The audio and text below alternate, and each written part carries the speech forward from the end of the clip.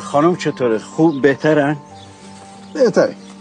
بهتر میشه. خب این که انشالله. ولی شما خیلی مردین آقا، این همه سال خسته نشدین که چی؟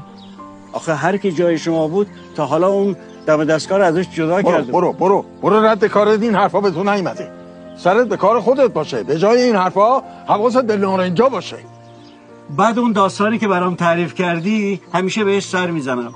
آقا خدا رو چه دیدی؟ شاید وقت منم باز شد. نفهمیدم.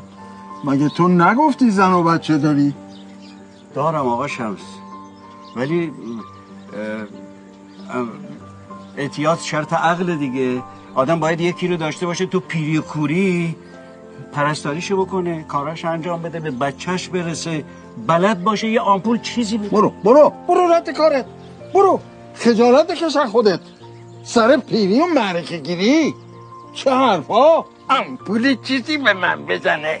چه غلطهای زیادی میکنی ها.